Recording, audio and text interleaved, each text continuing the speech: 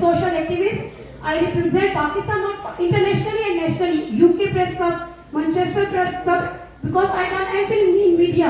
जो मुबारक ढेर सारी बातें की है ना, ये सारी मुझे पता है, लेकिन कहते हैं ना, मैं एक शेर पढ़ती हूँ कि बंद कमरों की सहाफत मेरा मंशूर नहीं है, जो बात कहूंगी सरे बाजार कहूंगी, रात की तारीकी में कत्ल करोगे तो सुबह की अखबार की सुर्खी भी मिलूंगी। ये मैंने अरशद शरीफ के लिए बोला था।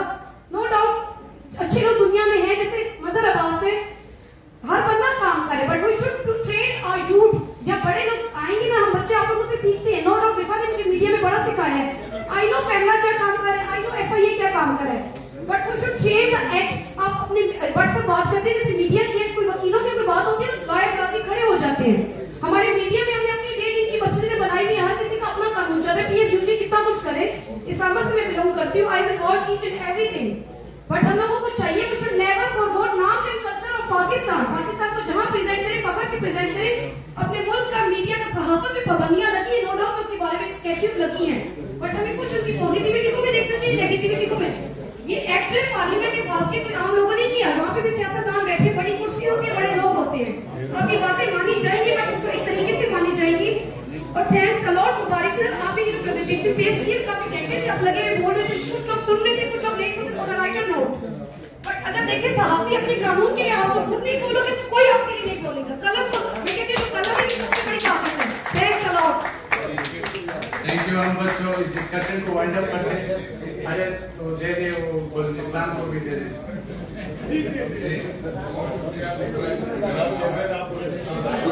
आप तो मैसेज कर रहे हो आपके स्माइल से। जी सुन ले, बलूचिस्तान को सुन ले।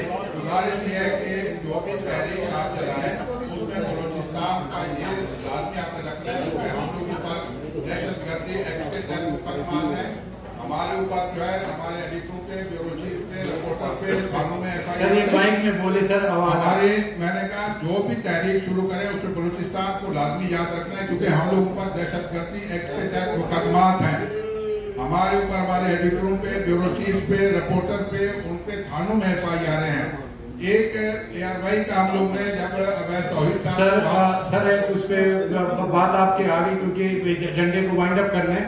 सर आप इस तरह कर लीजिए कि जो जिन जिन लोगों पे FIR हुई है उनका डिटेल जो है आप सेक्रेटरी जनरल साहब को भेज दें।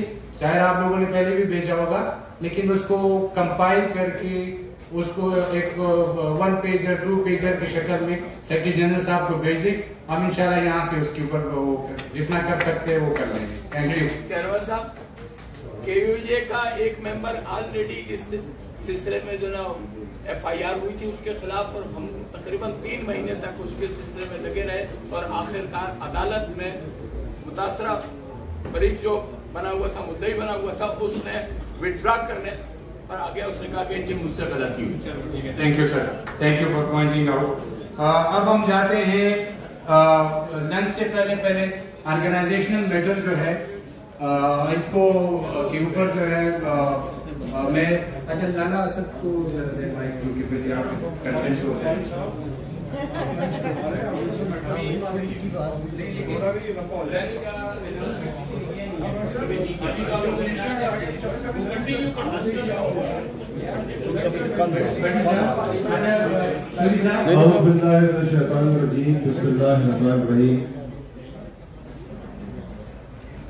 मैं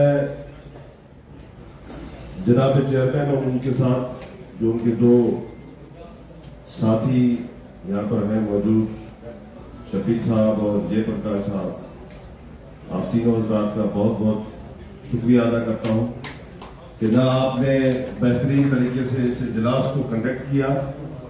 इसके अलावा आपकी मौजूदगी में बहुत सारे मुल्क समेत बहुत सारे हमारे जो कलम की मजदूर है उन्होंने सीखा भी है, क्योंकि PFUJ बुनियादी तौर पर सीखने का अमल है।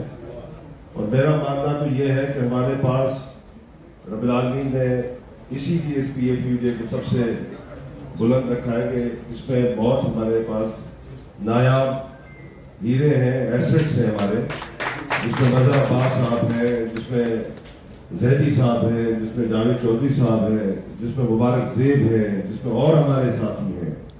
तो ये सारे जो हमारे एसेट्स हैं इन लोगों की वजह से ये PFUJ सबसे अलग है और थारो प्रोफेशनल है।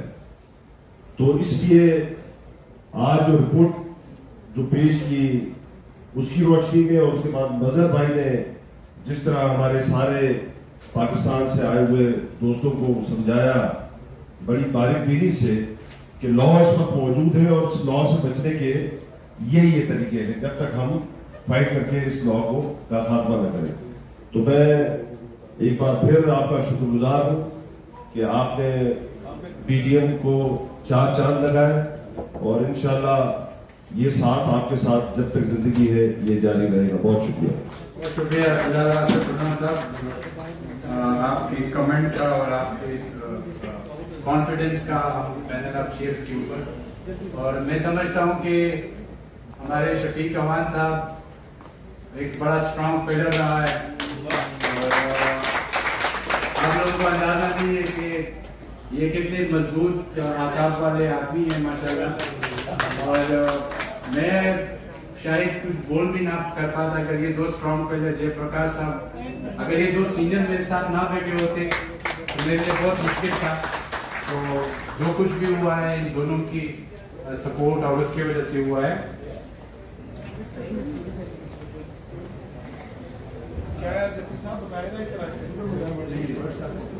यार उधर बताएं, अभी जो एजेंडा उसका नंबारी आई नहीं इलेक्शन अभी वो कोई अनाउंसमेंट करना चाहिए तुम्हें, जरा आप उनको नहीं ये आप बताओ अनाउंसमेंट करें। आप बता दें कनेक्शन। अच्छा हम अनाउंसमेंट करनी है। अच्छा अब इलेक्शन कमेटी प्रॉपर अनाउंसमेंट करना चाहती है।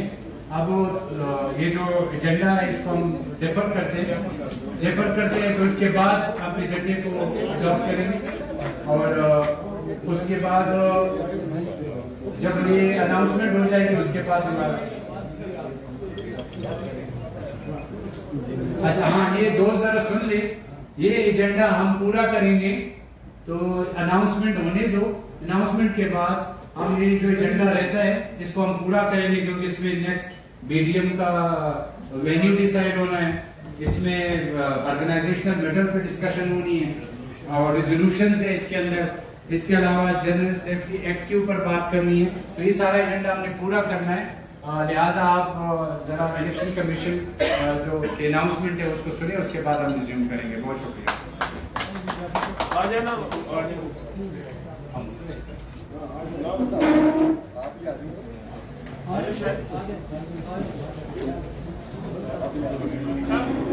इलेक्शन कमेटी ने बड़ी मेहनत की है दिन रात।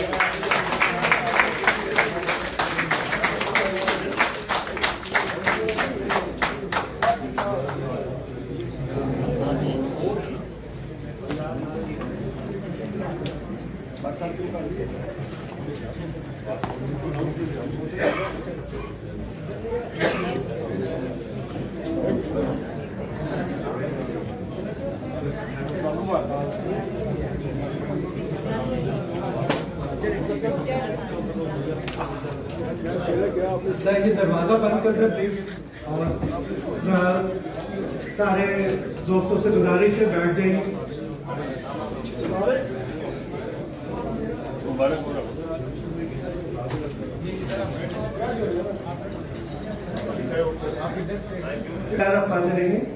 मैं आपको इलेक्शन कमेटी का तारुफ करा दूं। इकबाल जाफरी साहब हमारे चेयरमैन है, इसके अलावा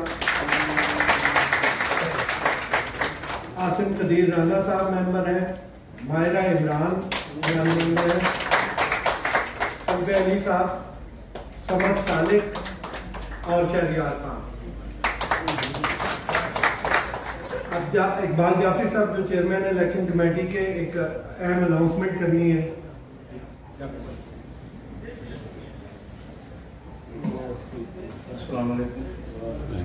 माइक करीब। हमने इलेक्शन बाईलास के तहत और इलेक्शन की जो हमारा शेड्यूल था उसके मुताबिक अभी हमने सुबह 4 बजे के करीब अपनी हतमी फहरिस्त उम्मीदवारों की तैयारी की है, जो हमने सुबह आवेदन किया। हमारा ख्याल है कि थोड़ा सा टाइम लोगों को नहीं मिला, उस पर अगर किसी को एतराज़ हो तो वो हम 4 बजे तक उनका एतराज कबूल करेंगे और उसके मुताबिक फिर उसको लाए अमल बना लिया जाएगा। तो फिलहाल हमने लगा दी है। इसमें यह है कि जो उम्मीदवार की हतमी फहरिस्त थी उसके ऊपर एतराज़ात के लिए वक्त दिया जाता है, तो ये बुनियादी तौर पे वो वक्त दिया जा रहा है।